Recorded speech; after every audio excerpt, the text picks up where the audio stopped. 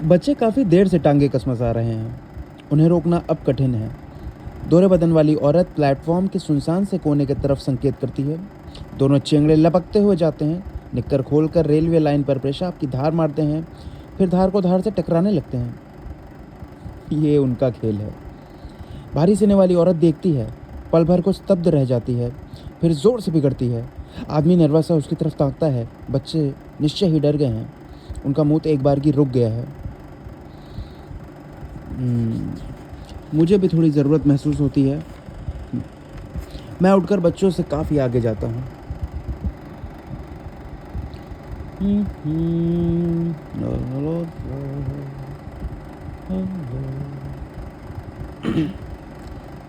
मेरे लौटने तक रंग बिरंगे झूले लादे एक विदेशी जोड़ा न जाने प्लेटफॉर्म पर किधर से आकर खड़ा हो गया।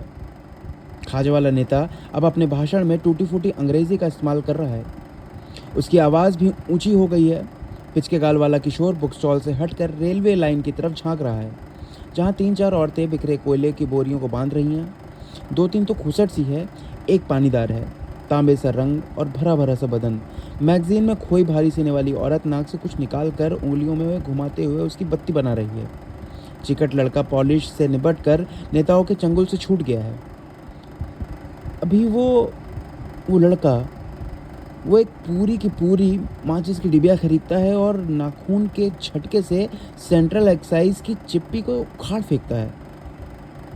मुझे यकीन है कि यदि उस लड़के को यह पता चल जाए कि इस मामूली सी दिखती चिप्पी की मार्फत उसकी गाढ़ी कमाई का एक अंश राष्ट्रीयकृत बैंकों द्वारा सट्टा बाजार में डुबोए 30,000 करोड़ रुपए के नुकसान को ढांकने में जाएगा, एक अंश किसी डूबे हुए सरकारी होटल का नाच घर सजाने में, और एक अंश घाटा दिखाती हुई सरकारी हवाई सेना की उड़ान में मुफ्त की शराब परोसने में आएगा, तो निश्चय ही वो उस चिप्पी को अधिक गंभीरता से लेगा। जेब कतरों, उचक्कों और नशा खिलाकर लूटने वालों से सावधान। लाउडस्पीकर पर चेतावनी गूंजती है। चिकट सा लड़का बीड़ी सुलगाता है। लाउडस्पीकर की हिदायत असर दिखाती है। आदमी अपना ब्रीफ केस नज़दीक खींच लेता है। उसका हाथ यंत्रवत हिप पॉकेट पे छिपे पर्स को सुरक्षित तलाशने में बढ़ जाता है, और मुझे अचानक महसूस होता है कि इसकी परेशानी बहुत हाईफाई न होकर सीधी सादी सी यात्रा संबंधित भी तो हो सकती है। मैं व्यर्थ ही तब से रूही को पहाड़ समझ रहा था। हो सकता है महज ट्रेन की देरी से परेशान हो रहा हो, पर यह तो किसी भी हिंदुस्तानी के लिए नखरे दिखाने वाली बात होगी। हो सकता है किसी अशुभ समाचार को पाकर अचानक यात्रा करना पड़ रहा हो। लेकिन स्त्री और बच्चों के क्रियाकलाप किसी अशुभ समाचार की छाया तक नहीं दिखा रहे, बल्कि संभव यह है कि ये लोग दशहरे की छुट्टी मनाने घर जा रहे हैं। कल से स्कूल बंद हुए हैं, सरकारी कार्यालयों में छुट्टी भी आरंभ हो गई है, तो फिर इसके पास यात्रा का कोई रिजर्वेशन नहीं होगा, ये कारण जांच रहा है। लेकिन जिस निश्चय के साथ वो बैठा है, उससे मेरी तर्क की धार बोथिर होती नजर आती है। दूसरे अगर रिजर्वेशन ना होता तो अब तक वो स्त्री उसे इतनी बार हुर पेटती, इसका अंदाज़ा मैं बखूबी लगा सकता हूँ। इतने आराम से थोड़े ही बैठ पाता वो, तो फिर रेलवे कर्मचारी की अभद्रता की सोच सोच कर परेशान होगा। मुझसे तो अक्सर ही बहस हो जाती है। एक आध बार मैं उनसे पिटते पिटते भी बचा हूँ, पर अपमानित होना और अपमानित करना रोज़मर्रा की बात है। हमारी संस्कृति में मानवोचित प्रतिष्ठा देने का कोई प्रावधान ही नहीं है।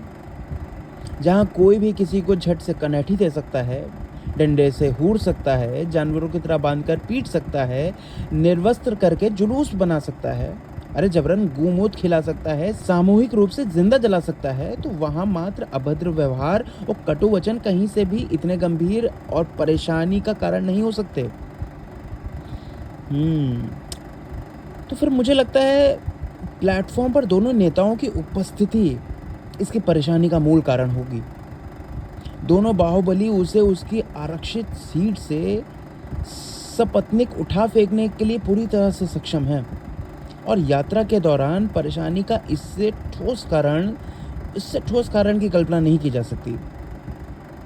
आदमी नजरें चुरा चुरा कर उन नेताओं की तरफ बार बार झांक भी रहा है। बिल्कुल,